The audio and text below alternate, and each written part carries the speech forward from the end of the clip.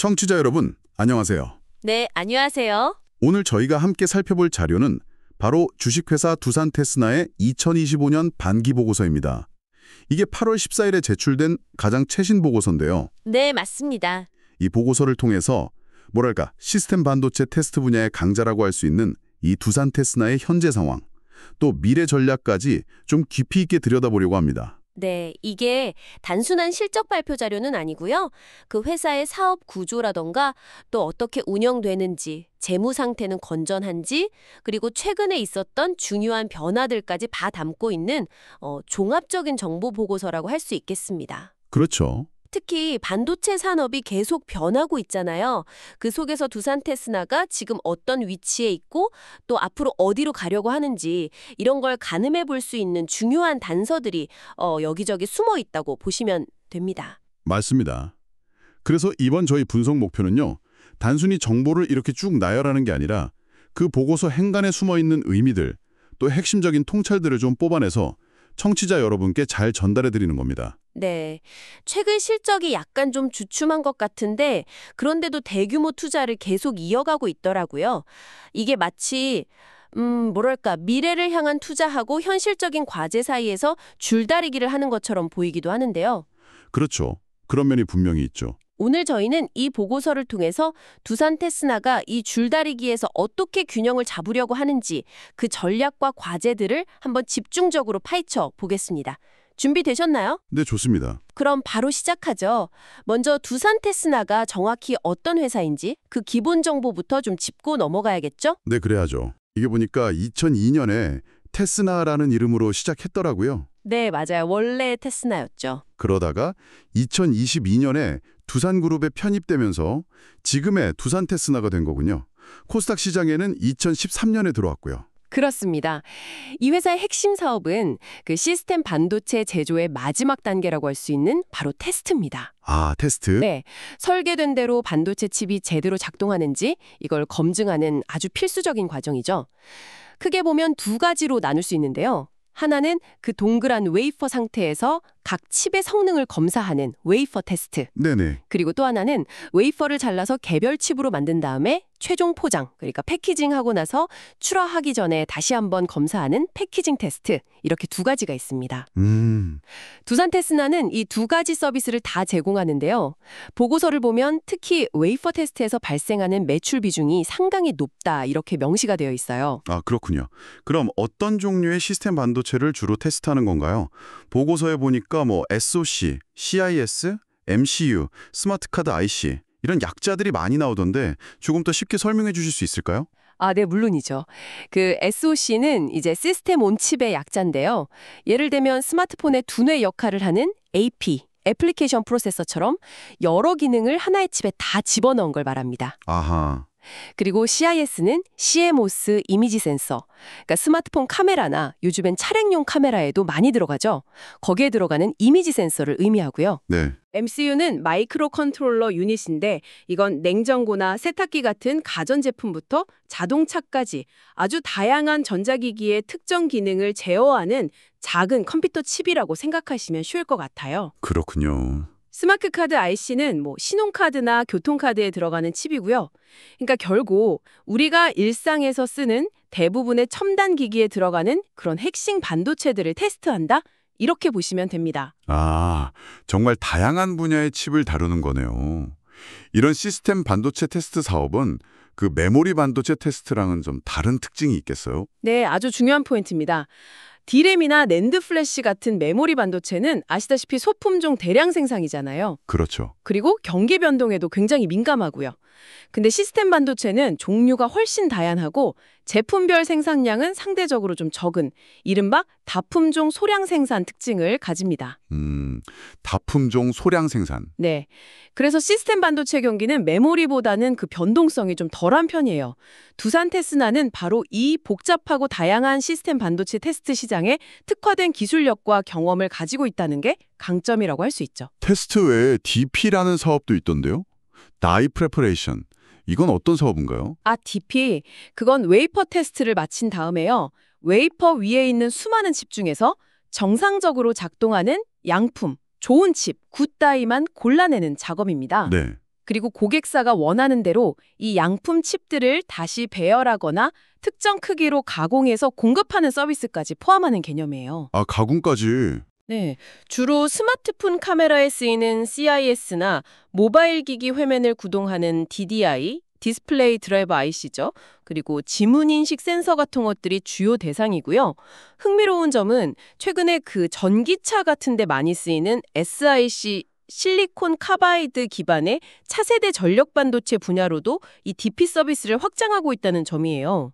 전력 반도체까지요? 네, 이건 아무래도 미래 성장 동력을 좀 확보하려는 움직임으로 보입니다. 사업 영역을 계속 넓히고 있군요. 사업장은 평택 본사 말고도 안성이랑 청주에도 있다고 나와 있네요. 근데 최근에 조직에도 좀 큰 변화가 있었죠? 아, 네, 맞아요. 2025년 2월에요. 그 자회사였던 주식회사 엔지온을 흡수합병했다고요. 이 엔지온이 혹시 방금 말씀하신 그 DP 사업을 하던 곳인가요? 네, 정확히 보셨습니다. 엔지온이 바로 그 DP 사업을 전문으로 하던 자회사였어요. 아하, 이번 합병은 그냥 단순히 조직을 합쳤다, 이런 의미를 넘어섭니다. 보고서에서는 경영 효율성을 높이고 기업 가치를 향상시키기 위해서라고 목적을 밝히고 있는데요. 네. 좀 더 구체적으로 보자면 테스트 공정하고 DP 공정을 내부적으로 완전히 통합해서 공정 간의 시너지를 높이고 또 별도 법인을 운영하면서 들었던 비용을 줄이고 의사결정 속도도 좀 빠르게 하려는 그런 전략적인 판단으로 해석할 수 있습니다. 시너지와 효율성. 네. 그리고 이 합병 때문에 현재 두산테스나 사나이에는 연결 재무제표 대상이 되는 종속회사가 없게 됐고요. 이게 또 재무제표 표시 방식에도 영향을 미치게 됩니다. 그렇군요. 사업 내용하고 최근 변화를 보니까 이제 회사의 어떤 밑그림 같은 게 좀 그려지는 것 같습니다. 그럼 이 회사가 구체적으로 어떻게 운영되는지 운영 방식하고 전략 부분을 좀 더 살펴보겠습니다. 네. 테스트 단가를 정하는 방식이 저는 좀 독특하다고 느꼈는데요. 제품 하나당 얼마, 이게 아니라 그 비싼 테스트 장비를 시간당 얼마에 쓰는지 이걸 기준으로 테스트 시간을 곱해서 비용을 매긴다고요? 네, 바로 그게 이 반도체 테스트 산업 같은 소위 장치 산업의 핵심 특징입니다.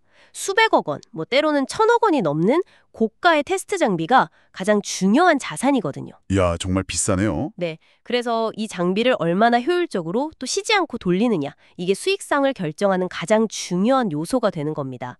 보고서에서도 그래서 선제적인 설비 투자가 필수적이다 이렇게 강조하면서도 동시에 이것 때문에 재무 구조가 좀 취약해질 수 있는 위험도 항상 있다고 같이 언급하는 거예요. 결국 막대한 투자 비용을 회수하고 이익을 내려면 장비 가동률을 최대한 높게 유지해야 하는 그런 구조인 거죠. 말씀하신 그 가동률, 보고서에 실제 수치가 나와 있더라고요. 2025년 상반기 기준으로 보니까 웨이퍼 테스트 가동률이 40.1%, 네, 좀 낮죠. 그리고 패키징 테스트는 67.5%, 그리고 아까 말씀하신 DP 사업 가동률은 12.7%로 나타났습니다. 이게 전년 같은 기간이나 2024년 전체 가동률하고 비교하면 상당히 좀 낮아진 수치들인데요. 네, 맞아요. 이 가동률 하락이 바로 2025년 상반기 실적 부진하고 직결되는 부분입니다. 보고서에 나오는 생산 능력이라는 건 이론적으로 가능한 최대치, 그러니까 월 720시간, 24시간 풀가동을 기준으로 계산한 거거든요. 아, 최대치 기준이군요. 네, 그렇기 때문에 실제 가동률은 반도체 산업의 전반적인 시황, 특히 주요 고객사의 생산량 조절이라던가 재고 수준 같은 거에 따라서 아주 민감하게 변동합니다. 네. 2025년 상반기 가동률이 전반적으로 낮았다는 건 아무래도 그 전방 산업인 스마트폰이나 IT 기기 수요가 좀 둔화된 영향을 받았거나 아니면 주요 고객사가 물량을 줄였을 가능성, 이런 걸 시사하는 거죠. 아까 말씀드린 것처럼 고정비 부담이 큰 구조에서는 이 가동률 하락이 수익성에 미치는 영향이 매우 클 수밖에 없습니다. 그런데 이렇게 가동률이 낮은 상황인데도 대규모 투자를 계획하고 있다는 점이 또 눈에 띄네요. 그렇죠. 그게 또 흥미로운 점이죠. 2024년 7월부터 2027년 3월까지 무려 2,206억 원을 투입해서 공장 시설을 확보할 계획이라고 하네요. 단기적인 어려움보다는 좀 중장기 성장에 베팅하는 모습 같아요. 맞습니다. 단기적으로 업황이 좀 부진하더라도 앞으로 시스템 반도체 시장이 성장할 거다. 특히 AI나 자율주행차 같은 새로운 분야가 확대될 걸 염두에 두고 선제적으로 생산 능력을 확보하겠다는 그런 의지로 해석할 수 있습니다. 네. 물론 이 투자가 현재 재무 상황에는 좀 부담이 될 수 있다, 이런 지적도 충분히 가능합니다. 하지만 또 적절한 시기에 투자를 하지 못하면 나중에 시장이 커졌을 때 그 기회를 놓칠 수도 있거든요. 아, 타이밍이 중요하군요. 네, 그래서 아마 어려운 결정이었을 겁니다. 이 리스크를 어떻게 잘 관리하면서 투자를 진행할지가 앞으로 중요한 관전 포인트가 될 것 같습니다. 판매 전략 측면에서는 어떤 점들을 좀 강조하고 있나요? 아무래도 웨이퍼 테스트부터 패키징 테스트, 그리고 DP까지 후공정의 주요 단계를 다 아우르는 종합적인 공정 보유 능력, 이걸 가장 큰 경쟁력으로 내세우고 있습니다. 네, 원스톱 서비스 같은 거군요. 하고 있고요. 특히 좀 주목할 만한 건 MES, 그러니까 생산 효율화 시스템하고 티아모라는 자체 개발 데이터 분석 시스템, 이런 시스템 구축을 강조하는 부분이에요. 티아모요? 네, 이게 단순히 내부 효율성을 높이는 걸 넘어서서 고객사한테 생산이나 품질 관련 데이터를 실시간으로 투명하게 제공함으로써 신뢰를 쌓고 파트너십을 더 강화하려는 그런 전략적인 의미도 담고 있는 것 같습니다. DP 사업부 역시 비슷한 고객 밀착형 전략을 쓰고 있다고 밝히고 있습니다. 기술 기반 기업답게 역시 지적 재산권 확보에도 신경을 쓰고 있군요. 보니까 반도체 칩 제조 방법이나 테스트 관련 장치 같은 거에 대한 특허를 꽤 많이 보유하고 있는 걸로 나오네요. 네, 그렇죠. 기술력이 중요하니까요. 환경 규제 대응 관련해서는 국제 표준인 ISO 14001 환경 경영하고 ISO 45001 안전보건 경영 인증을 보유하고 있고, 특히 평택하고 서안성 사업장은 온실가스 배출량 목표 관리 사업장으로 지정돼서 정부 차원에서 관리를 받고 있다, 이런 점도 언급되어 있고요. 네, 그렇습니다. 자, 이제 슬슬 회사의 현재 상태를 가장 객관적으로 보여주는 지표죠. 재무제표를 좀 살펴볼 시간입니다. 네, 드디어 숫자 얘기가 나오는군요. 네. 보고서는 2025년 반기 재무제표를 보여주면서 과거 실적하고 비교하기 쉽게 2024년 재무제표를 같이 제공하고 있는데요. 여기서 좀 주의해서 봐야 할 점이 있습니다. 어떤 점이죠? 아까 설명드렸던 그 주식회사 엔지온 합병 때문인데요. 2025년 반기 재무제표는 두산테스나 단독 기준인 개별 재무제표고요. 비교 대상으로 나와 있는 2024년 재무제표는 엔지온을 포함했던 시점의 연결 재무제표라는 겁니다. 아, 기준이 다르군요. 개별 대 연결. 네, 그래서 이 기준 차이를 염두에 두고 숫자를 해석해야 합니다. 알겠습니다. 가장 먼저 눈에 들어오는 건 역시 2025년 상반기 실적입니다. 매출액은 약 1,352억 원인데, 영업 손실이 무려 213억 원이나 발생했어요. 당기순 손실도 172억 원이나 되고요. 네, 그렇죠.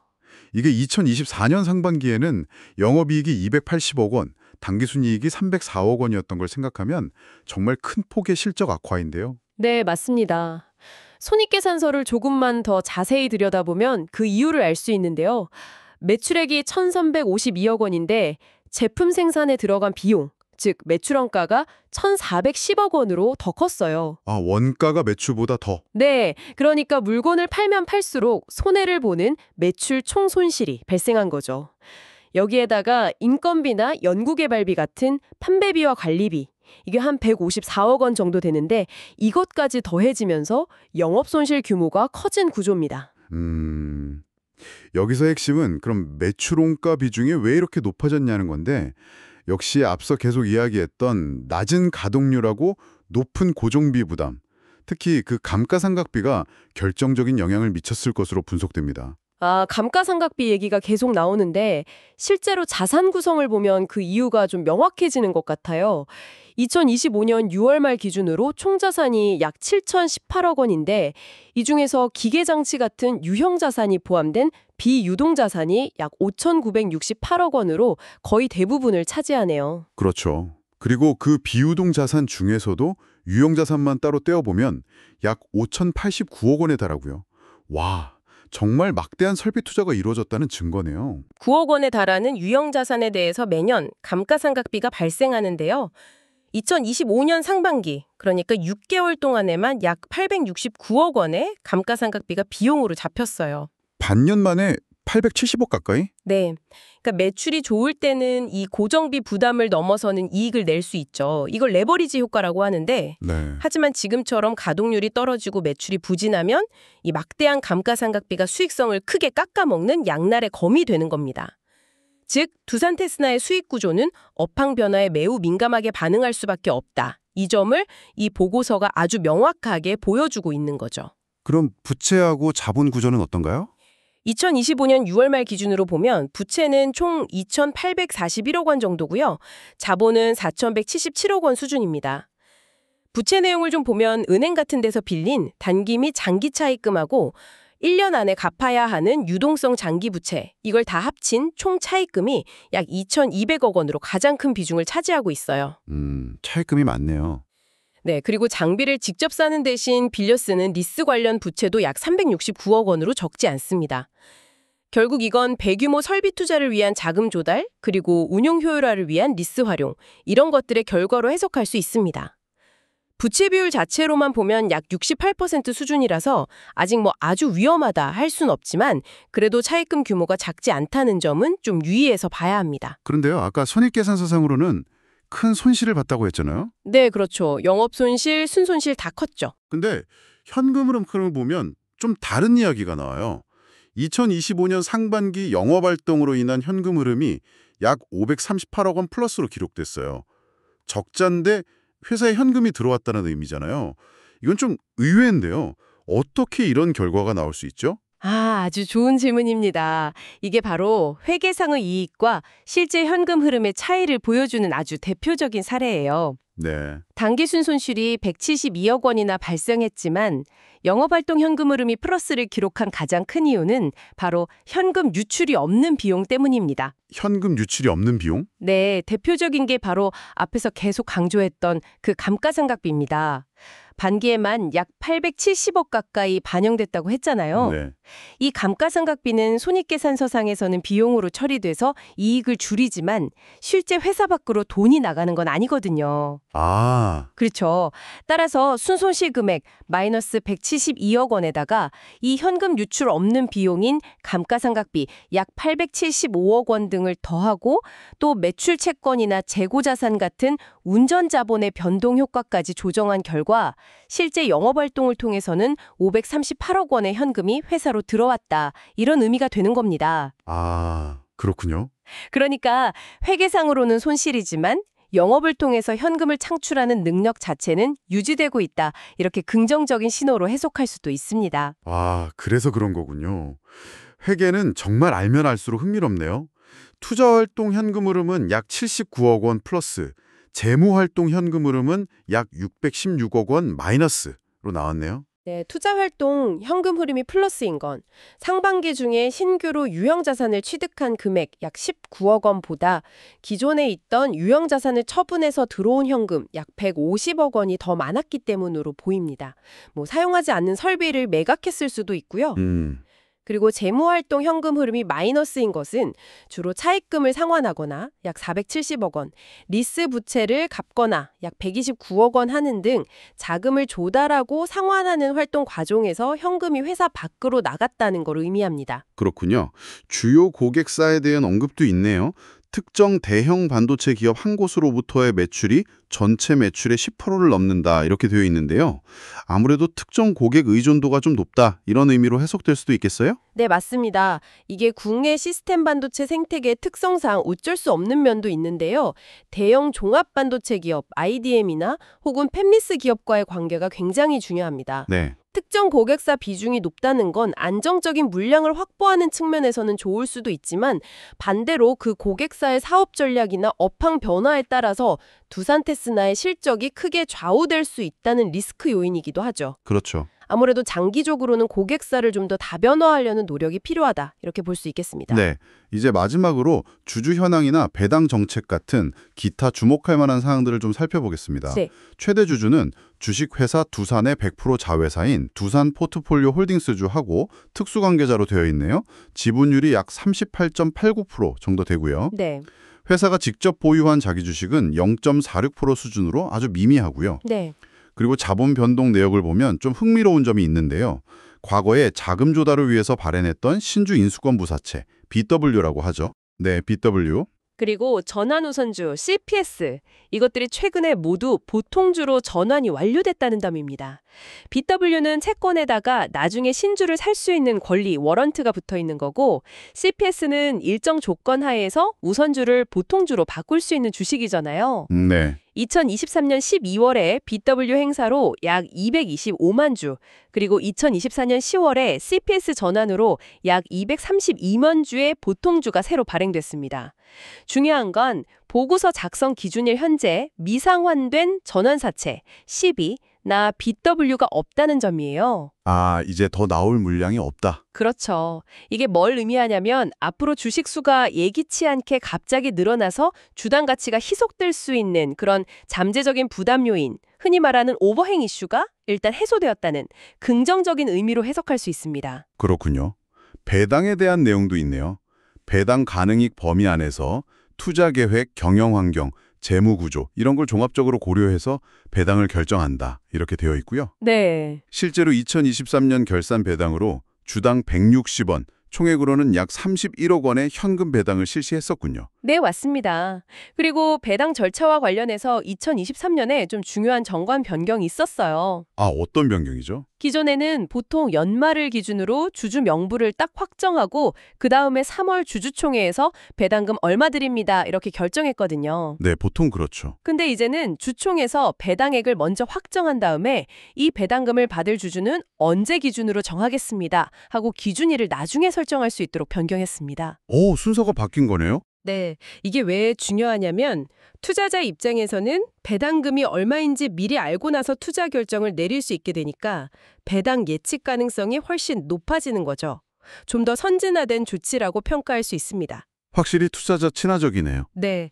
그리고 정관상으로는 분기 배당도 가능하게 되어 있긴 한데 아직 실제로 분기 배당을 한 적은 없습니다. 자, 오늘 저희는 두산테스나의 2025년 반기 보고서를 통해서 이 회사의 속사를 꽤 깊숙이 들여다본 것 같습니다. 네, 그랬죠. 시스템 반도체 테스트 전문 기업으로서의 명확한 정체성, 또 엔진 합병을 통해서 사업 시너지를 추구하는 모습, 그리고 단기적인 실적 부진에도 불구하고 미래를 위해서 과감하게 투자를 이어가는 모습까지 여러 가지 면모를 확인할 수 있었습니다. 그렇습니다. 2025년 상반기의 영업 손실은 분명히 좀 아쉬운 부분이긴 합니다만 이게 뭐 반도체 산업의 주기적인 부진이라던가 고객사 영향 같은 것들이 좀 복합적으로 작용한 결과로 보이고요. 오히려 좀 주목해야 할 부분은 이런 어려움 속에서도 보고서 곳곳에서 드러나는 중장기 성장 동력을 확보하려는 노력들입니다. 네. 특히 그 흡수합병한 DP 사업부의 성장 가능성, 그리고 핵심 고객사와의 관계를 앞으로 어떻게 더 공고하게 만들어 나갈지 이런 부분들이 향후 실적 회복과 지속적인 성장의 중요한 열쇠가 될 것으로 판단됩니다. 네. 청취자 여러분께서도 오늘 저희의 분석을 통해서 두산테스나라는 기업의 현재 위치, 그리고 앞으로 나아갈 방향에 대해서 보다 좀 입체적인 시각을 갖게 되셨기를 바랍니다. 네. 이제 마무리할 시간인데요. 늘 그렇듯이 마지막으로 이 보고서 너머의 질문을 하나 던져보면서 오늘 시간을 마치려고 합니다. 네. 보고서에서 강조된 설비 투자나 기술 개발, 고객사 관리 이런 것들은 분명히 중요한 내부 요인들이죠. 그렇죠. 하지만 반도체 산업이라는 게 외부 환경 변화에 굉장히 민감하잖아요. 특히 두산테스나는 스마트폰 AP나 카메라 센서, CIS 같은 특정 응용 분야 테스트의 강점을 가지고 있고요. 네. 그렇다면 앞으로 다가올 거대한 외부 시장 트렌드들, 예를 들면 스마트폰 시장에서의 온디바이스 AI 경쟁 심화라던가 폴더블 폰의 대중화 속도, 혹은 예상보다 더 빠르게 다가올지도 모를 자율주행차 시대의 고성능 센서 수요 폭발, 이런 여러 가지 거시적인 변화들 중에서 과연 어떤 변화가 두산테스나의 실적 회복과 미래 성장 경로에 가장 결정적인 그리고 가장 강력한 영향을 미치게 될까요? 정말 중요한 질문이네요. 네, 이 질문에 대한 답을 청취자 여러분 각자 한번 고민해 보시는 건 어떨까요? 아마 두산테스나라는 기업을 더 깊이 이해하는 아주 흥미로운 여정이 될 거라고 생각합니다. 네. 좋은 질문 감사합니다. 오늘 심층 분석은 여기까지입니다. 청취자 여러분, 고맙습니다. 네, 감사합니다.